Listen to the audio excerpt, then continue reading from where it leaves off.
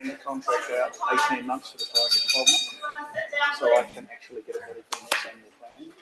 We're already online. But I've got to take some names of the staff along. Yeah, so it's great. Right, I'd like to welcome everybody to the Transport and Infrastructure Committee dated the 21st of February 2024 at 1 p.m. and welcome you all, and a special welcome to our new executive member for infrastructure and transport, to Mason, who's sitting at the front with me. Opening karakia. Whakataka te ho ki te uru, whakataka te ho ki te tonga, ki e mana kina ki uta, ki matara tara ki tai, ia hi a ki ana e ate kura, ia tu ia haka hia ho hu, ti hei moriora. Right, apologies for today's meeting. I have both Malcolm Lyle and Phil Deans. Any other apologies? And Megan McKay. Can I have a mover and a second for those minutes, please? Sam? Apologies, sorry. Sam and Nicole. Okay. Identification of extraordinary business. I have actually two items that have been brought to my attention. One is a matter arising from our last council meeting and with the Rolleston West School speed indicator, and I believe Gareth Morgan will give us a verbal update about that. And the other one is a request with regards to the possibility of a park called Port Hills District Park. And I'll take some advice on this. Should that be a PX matter or, okay, so that will be taken in PX, and the reason being commercial sensitivity. Any conflicts of interest? None. Public forum? None. Terms of reference are given. Can I have a confirmation of the minutes of our last meeting, please, held way back in October? Sam and Elizabeth? Are there any matters arising, any corrections to those minutes? None. All in favour say aye. Aye. Those against? None. Carried. Chair, with regards to matters arising, any matters arising from those minutes that aren't being discussed within the report, agenda before us? None. Chairperson's report, I'll take as read. It's a very short report, given that it was over the Christmas break and I did not attend a lot of meetings. With regards to any questions arising from the report? Elizabeth? Do we have an update on what's happening with Perryman's Road? Oh, that's the matters arising from the minutes of the last meeting. Yeah. Update, Perryman's Road, project started,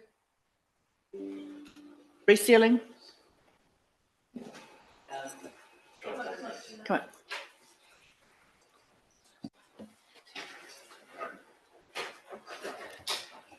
Perryman's Road is still going through the design and consideration review with the aim of it being sealed this sealing season. So there's nothing's occurred down there as yet. Okay, thank you. Thanks, Elizabeth, for asking about that. Right, to do Chairperson's report, I'd also like to add with regards to this report, a very big thank you for the volunteers that have been involved in fighting the fires across our district, especially those in the Port Hills. And it's very heartwarming that since the last Port Hills fire in 2017, we have learnt a lot of lessons around our emergency management, and the way that it was managed this year was very thoughtful with regards to calling an emergency, state of emergency really early on. So thanks, Sam, our Mayor, for actually doing that. Right. Thank you, Madam Chair. Can I just say a couple of things on that as well? Sorry? Can I just say a couple of things about the fire? Yes, you can. Great. I just really wanted to acknowledge Al and our team here and our civil defence staff for all the work that they have done, and particularly for our response team volunteers who manned cordons on Early Valley Road. Early Valley was the spot where the last fire had started, and so the residents on that road, which is the boundary between Christchurch and Selwyn as well, have given some really nice feedback about our team's involvement there. So Al would have been here today, but we're just moving out of the state of emergency and into a transition to recovery, and that announcement's been made about half an hour ago in Christchurch, and Al is in there for that. But yeah, as you've said, Madam Chair, the move by FENZ over the last 7 years to have everything dealt with together, the coordination between Selwyn and Christchurch from a council and civil defence point of view has improved dramatically over the last wee while, and it's good to see that the fire has been controlled well by FENZ. Thanks. Right. And just as a thank you, especially to Murray England for undertaking the role of acting Chief Executive Director until Tim's appointment. So I just want to acknowledge that. So thank you very much. Right. Mover for my report. Shane? Yep. Right. Seconder? Yep. Sam? All in favour say aye. Aye. Those against, none. Carried. Right. Now we have to move on to the Executive Director's report. I'll help them out. Do you want to take your report as read and highlight any issues that we need to understand? That sounds like a great idea. Okay. I'll take it as read unless anyone has any questions.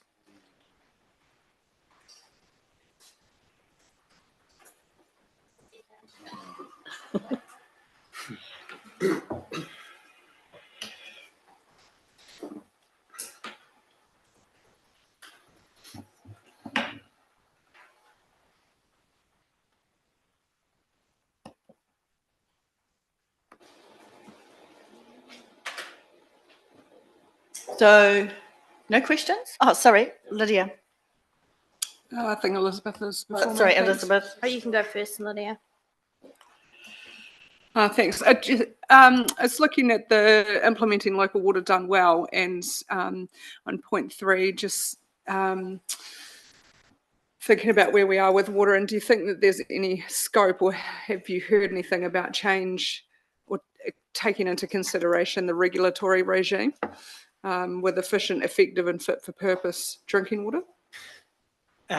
Yeah, look, no, I haven't, Lydia. We are expecting some more information over the coming weeks. And as I've said, we will come back to this meeting with a much stronger position on that. But there's probably not a lot I can say right now, unless, Murray, there's something you want to add to that. All right. Yeah. It's a bit early. Yeah, fair point. Thank you. Okay. I'm going to take the liberty of extraordinary general business sorry, did I ask for a mover and seconder of your report? Okay, it's mover and seconder for the report. Oh, Elizabeth, sorry, forgot you. I'm not doing too good here. No, it's all right. I was just, you're talking about the team is responding to queries regarding to the LTP audit process. Yeah, I mean, is there something that's changed with the process at the moment, or it's just a status quo, everything's as per normal? No, it's just status quo. Most of the focus would appear to be on our ability to deliver our capital works program. So nothing out of the ordinary, and nothing that we're not discussing, and we'll discuss in more detail as part of the workshop. So Okay. Nothing that needs to be raised specifically. Thank you. Okay, right. Now, mover and seconder for Tim's report. Who have I got? Sophie and Lydia. All in favour say aye. Aye. Those against? None. Carried. What I am going to do before we go on to the CWMF and Zone Committee report, and I'm aware that Matt Dobson is online for that. I'm wary of the fact that we have a matter arising from the last council minute around the speed indicator for West School, and can I ask Gareth please to come forth and give us an update with regards to that matter, please.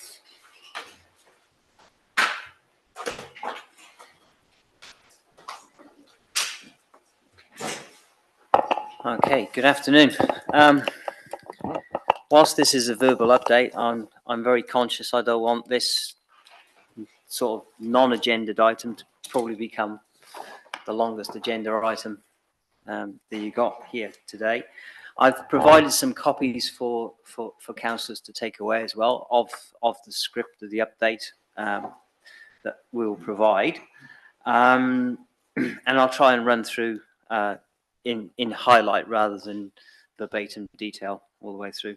So this is a verbal update following the in response to Rob Hunt, who was in public forum of council last Wednesday in regards to West Rolleston Primary School and speed management around the school.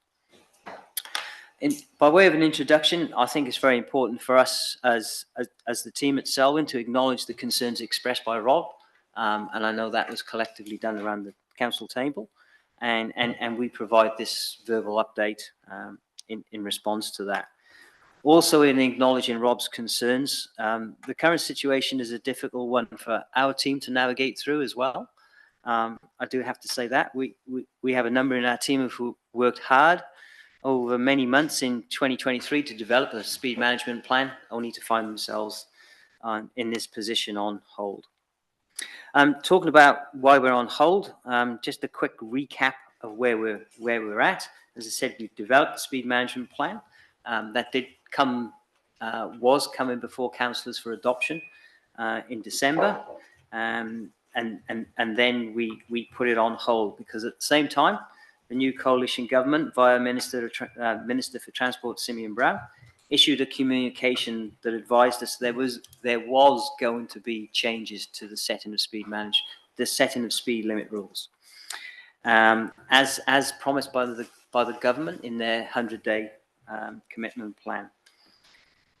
The minister also advised us that no rules have been established, but he did signal in his communication that it would include amended speed reductions around schools, which were identified to be originally permanent reductions, but likely to go to variable reductions during pick-up and drop-off times.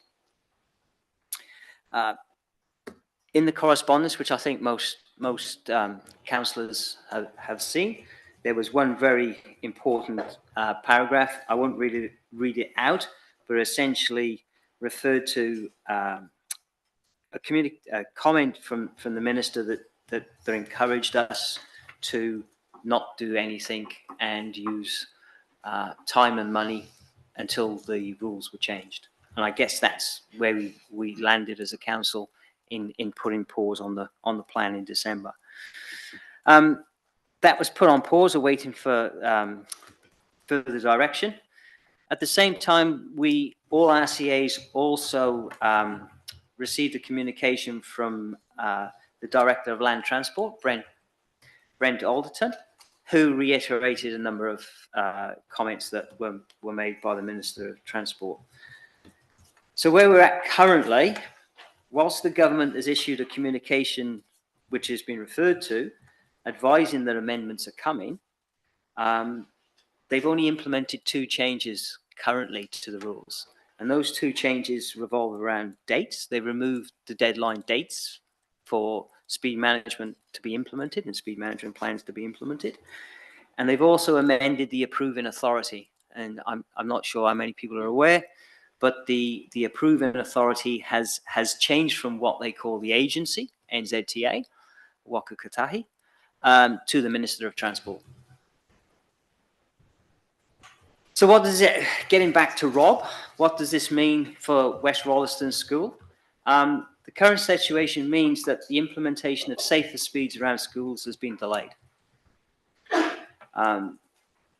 Important to note that this affects not only West Rolleston School, but of course all schools, not just in our district, but everywhere else. The team at Selwyn has been progressing things whilst we await the new rules, but like all RCAs, we're unaware of the detail, and we can't second guess what that detail will be. There's indications, but we can't guess what all the detail will be. So, like Rob and all schools, we still seek to pursue the introduction of safer speeds around schools, and we're continuing to pursue the implementation of that when we can. Going right back to the beginning, Minister Brown, of course, did signal, though he's not yet confirmed, that any new rule around schools will see a variable introduction, not a permanent reduction. So the team here has continued with drafting an interim speed management plan, and that interim speed management plan will focus not on a district-wide speed approach, but purely on schools. Until the release of the new rule, that still carries some element of risk, but we consider that the risk is pretty low, and that option will be carried forward into the new rule. Just a comment on funding. We do have funding in 2024 for the implementation of safer speeds around school. We got 1.26 million, which was essentially earmarked for the implementation of signs and signs around schools. That funding remains available for expenditure by the end of the current financial year. It's the question of the expenditure on what, even though we likely know that. Nearly there. Just a note as well for councillors' information, we have also applied for $1.4 million worth of funding in financial years in the NLTP 24-27 for the implementation of safety infrastructure around schools, that raised platforms, crossing points, etc. Additional infrastructure has been discussed or asked for consideration around West Rolleston School, one of them being raised pedestrian crossing. Currently at West Rolleston School, there is an effective Kia crossing, which is a manned crossing. Data from the school presented by Rob tells us 150,000 crossings in the last 182 days with no reported injuries. So it's effective. The current Kia crossing is in the most appropriate location for the main entry through the school. Moving to a general pedestrian crossing can present a higher risk because that's allowing pedestrians to cross any time rather than controlled with a Kia crossing. The raised platform needs to be considered, the consideration of a raised platform needs to be considered in wider consideration of other planned works.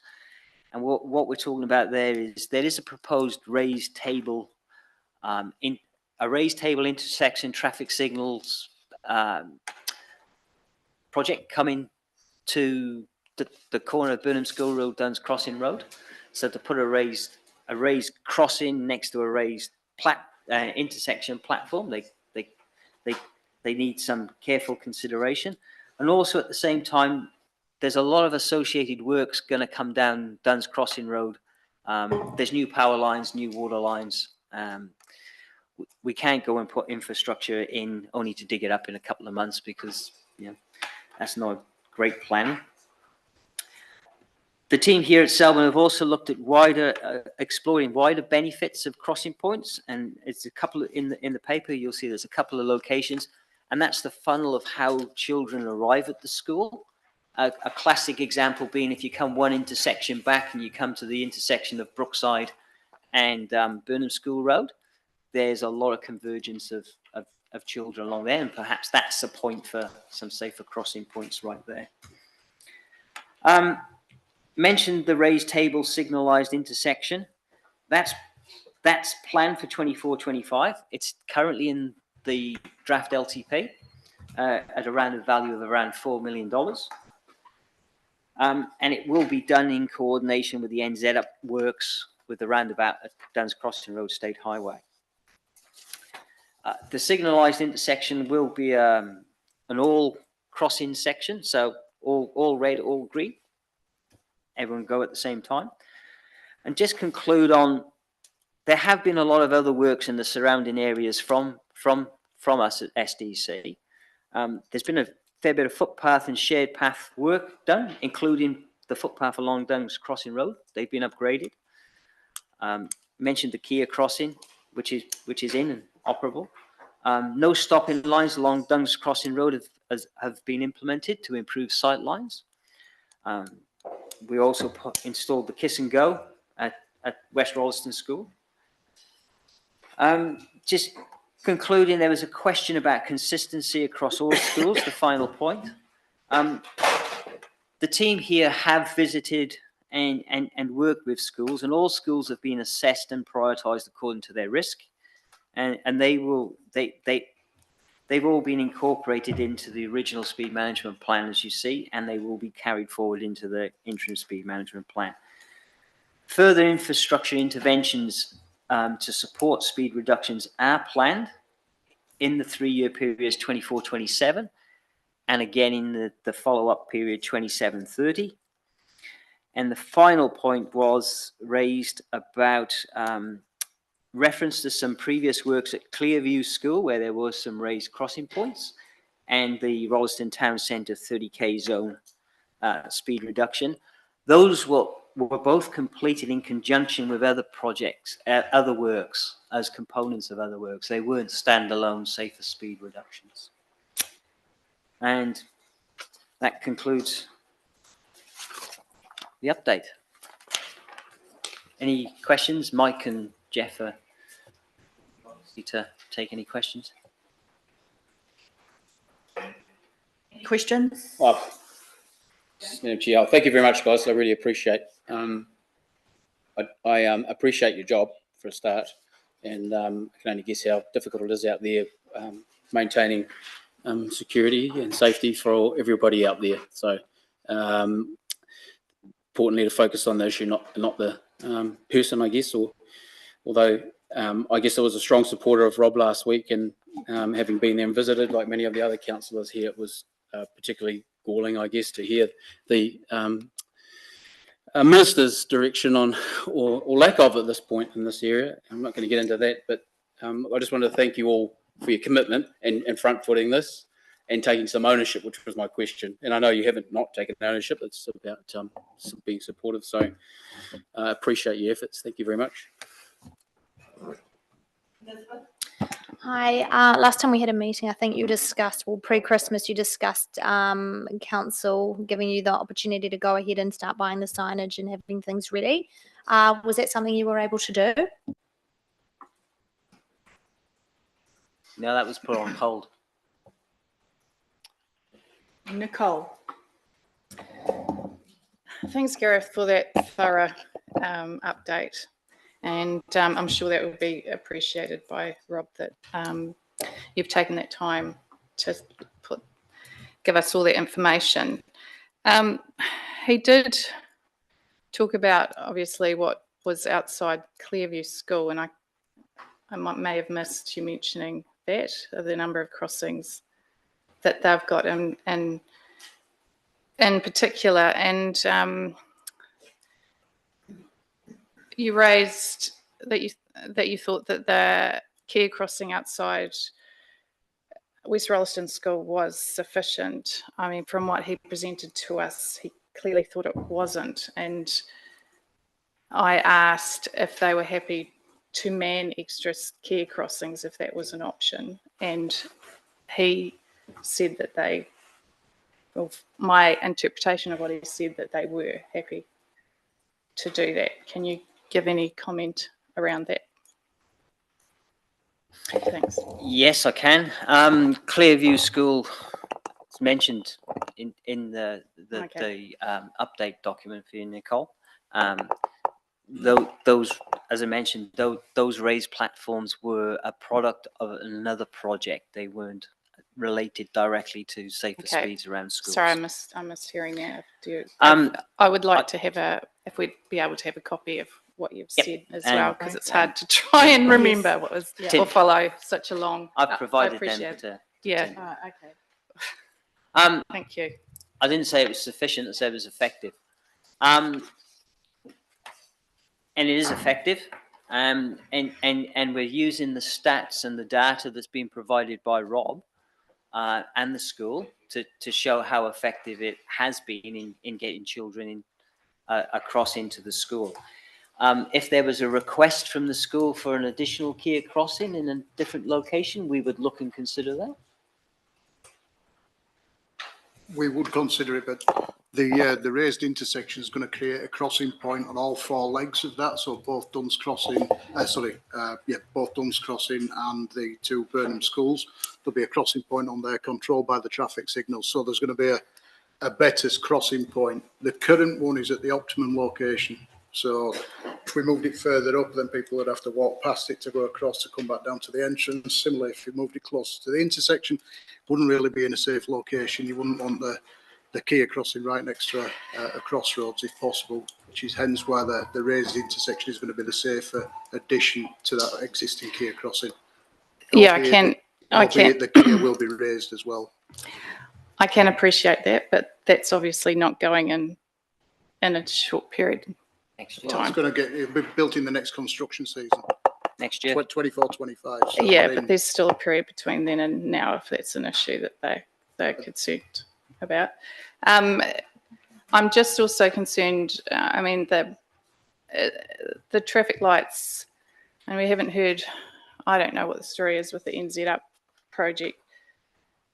And that's part of the NZ Up project, isn't it? The traffic lights? Or- No, it's in Selwyn's draft annual plan, long-term plan. Sorry, Okay, so it's separate. it's separate. Okay, thank you.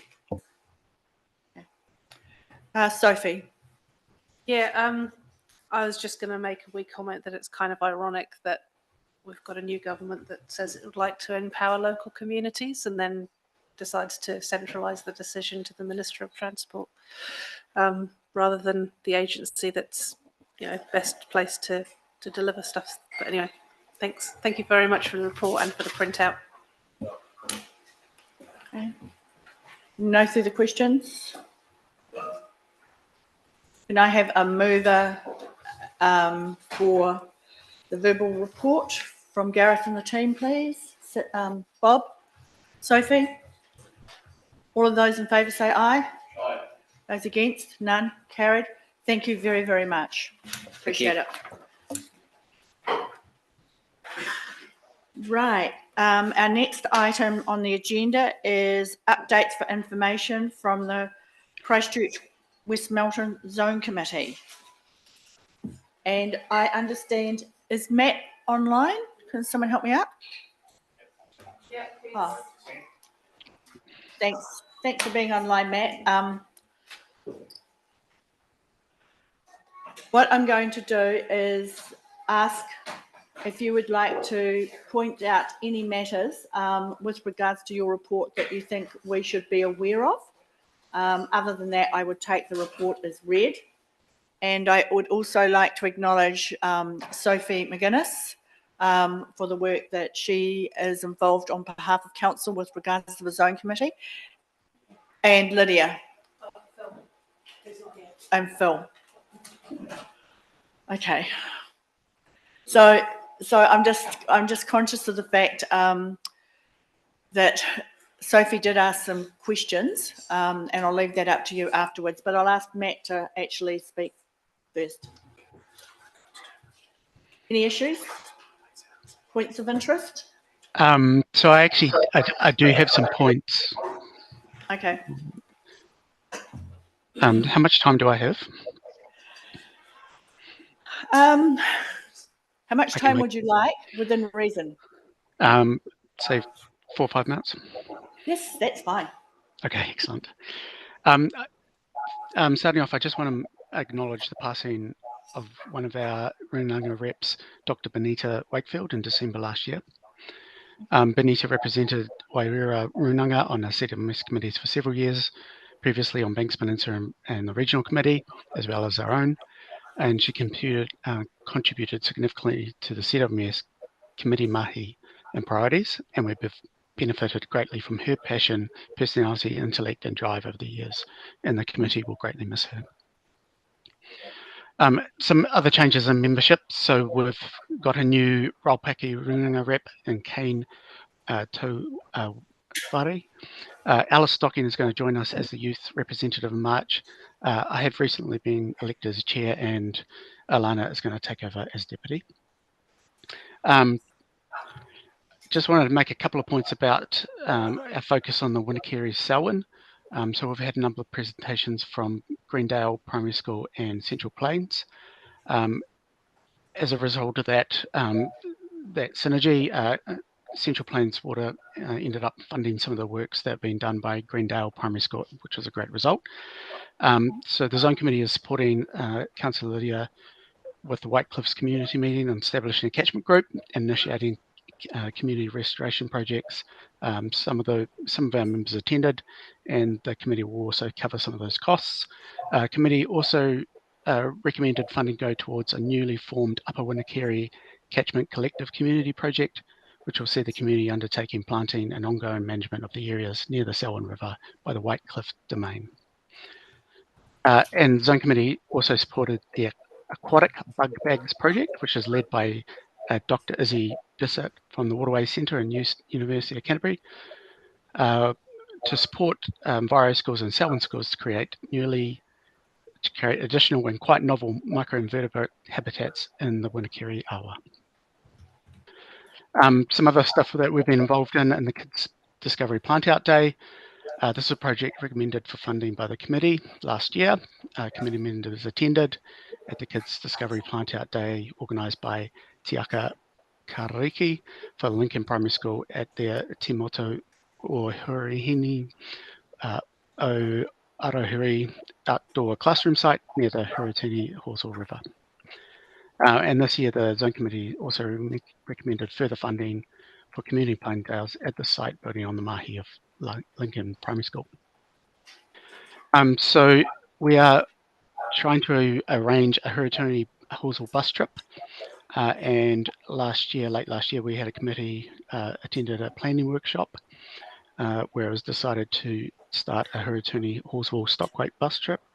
It was concluded this was required to understand the current context, create and tell stories of the catchment, and understand what next steps are for the catchment in the community. So this aligns a lot with the Christchurch West Mountain and the Christchurch City Council.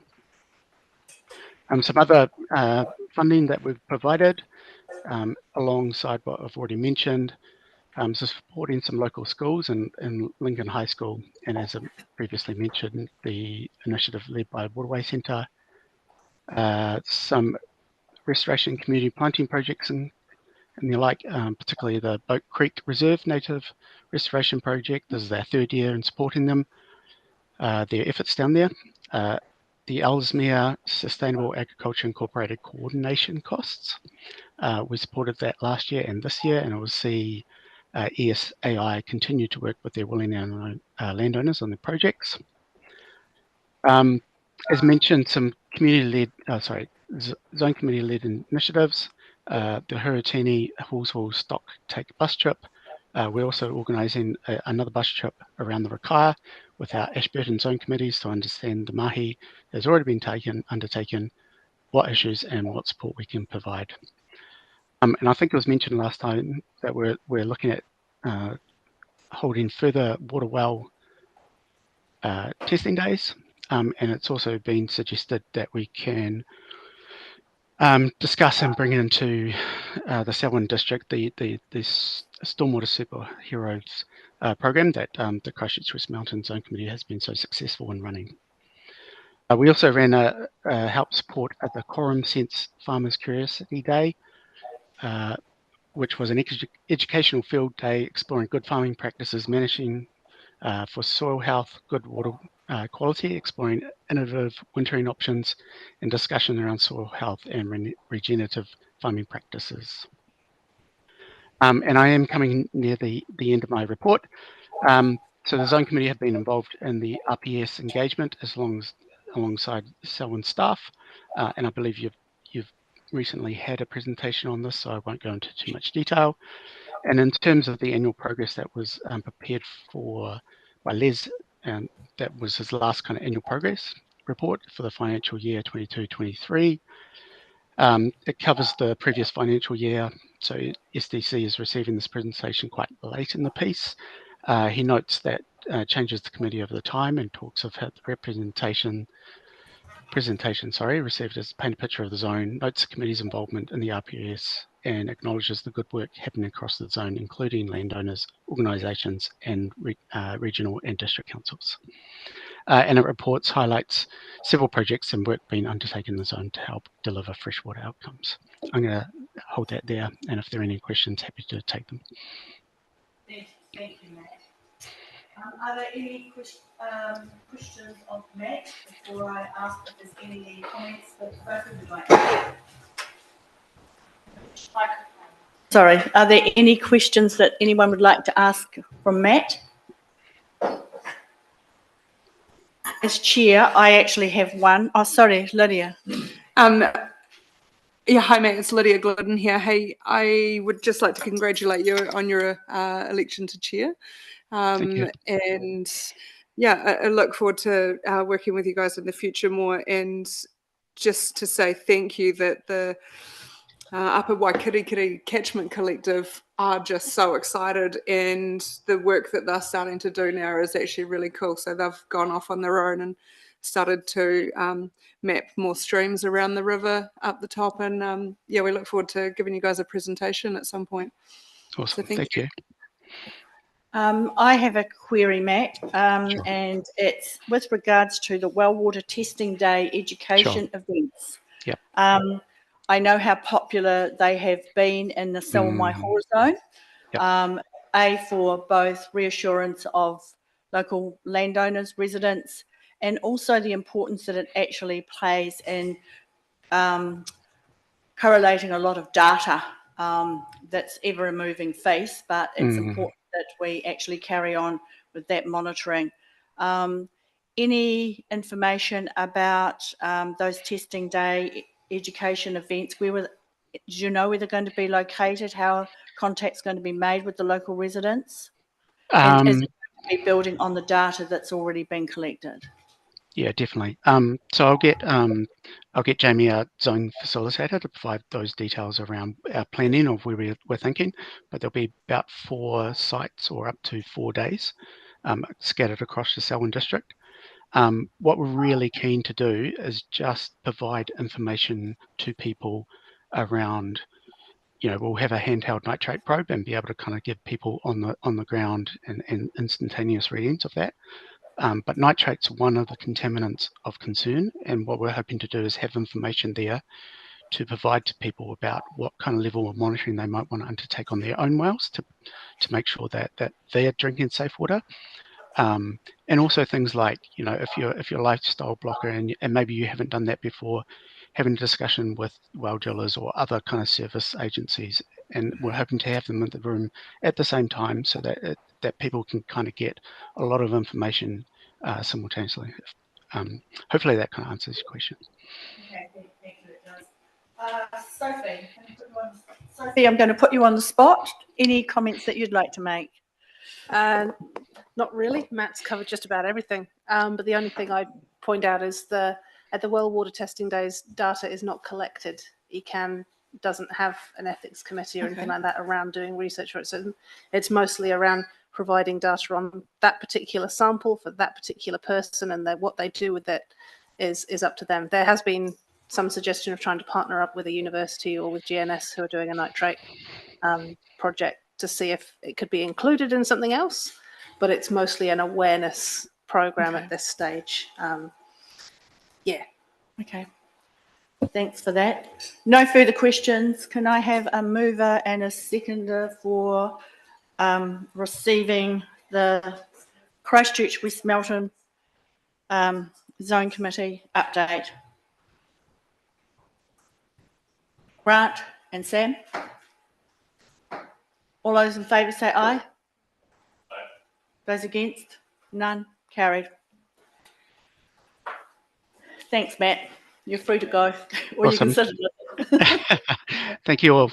Right. Yes. Our next item is the asset management, tab 9, water services, Rakaia Huts exemption. Thanks, Joe, and thanks, Murray. Thank you, Councillor Hassan. Good afternoon, everybody. So our report is the Rakaia Huts residual disinfection exemption.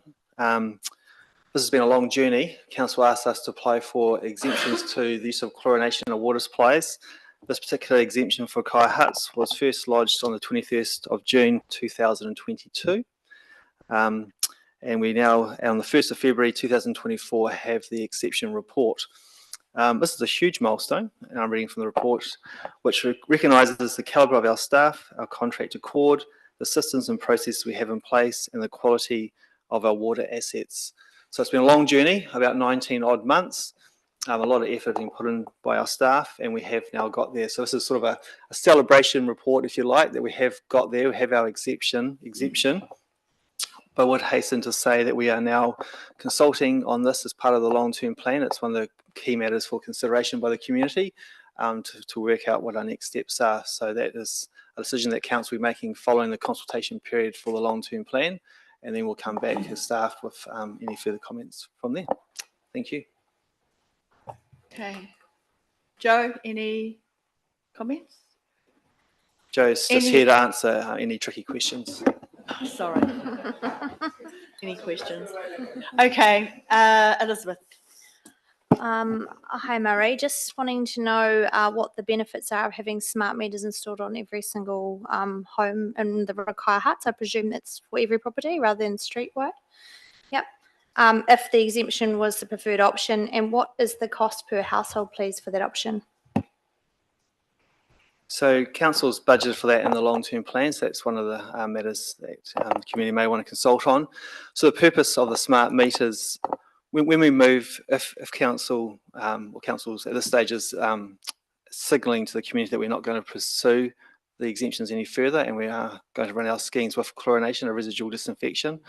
If we weren't, though, the reason why you have meters is that we need to, on a daily basis, record our water loss. It's a big part of proving that our supply is safe and secure. And so basically it's a water balance. We know how much water goes into the network, and we need to make sure we understand how much water is going out of the network. And so we need to monitor every single connection that takes water from the network and then deduct that from the water that's going into it. So that's the purpose of the smart meters. So we get regular updates from those meters on a daily basis, and then we can do that mass balance. At this point in time, that cost is to be shared across all ratepayers that use our council water supply, so it's not a targeted rate on the Rakaia Huts, it's a community benefit. And the reason for that is we're suggesting that although we don't propose to run the scheme chlorine-free or even intermittently chlorinated, it would be a good trial case to say, well, if we were to run it that way, what are the lessons to be learned? And we may choose to go towards smart meters in the future, and this will be a great trial for that process. Okay, Sam.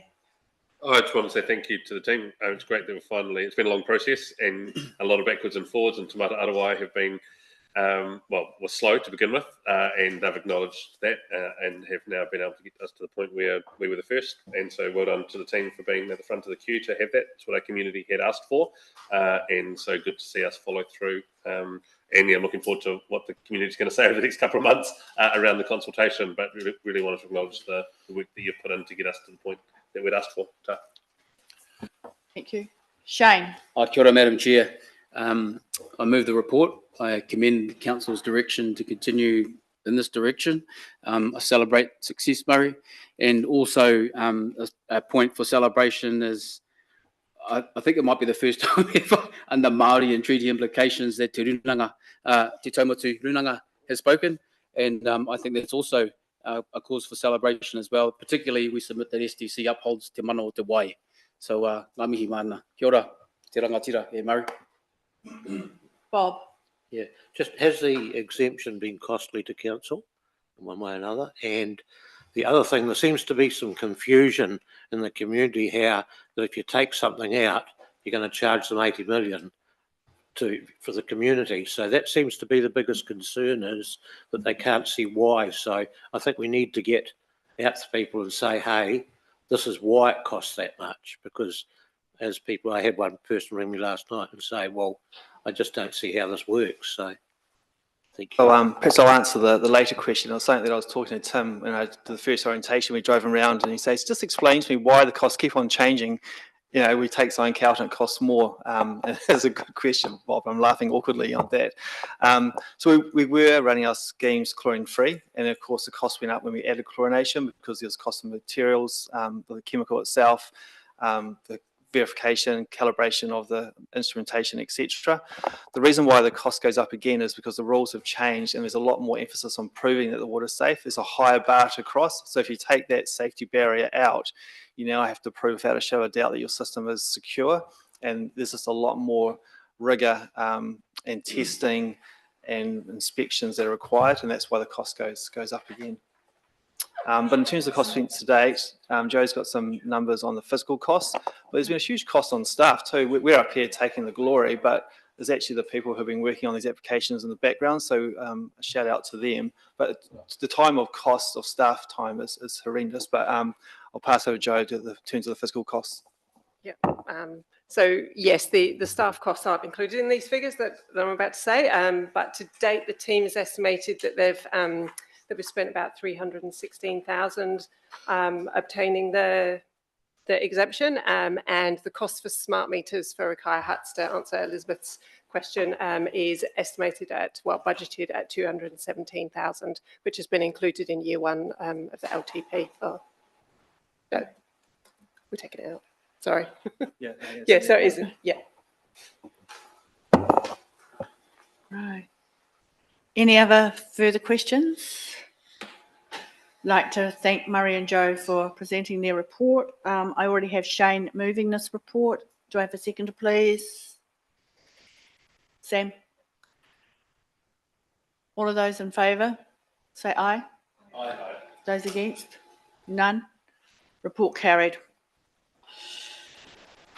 Right, now I need a mover and a seconder to go into public excluded, and would like to thank the public, any of those online. Thank you for actually taking the time to listen in to our Transport and Infrastructure Committee meeting. Thank you. Right, who's going to move? Sophie, going to PX.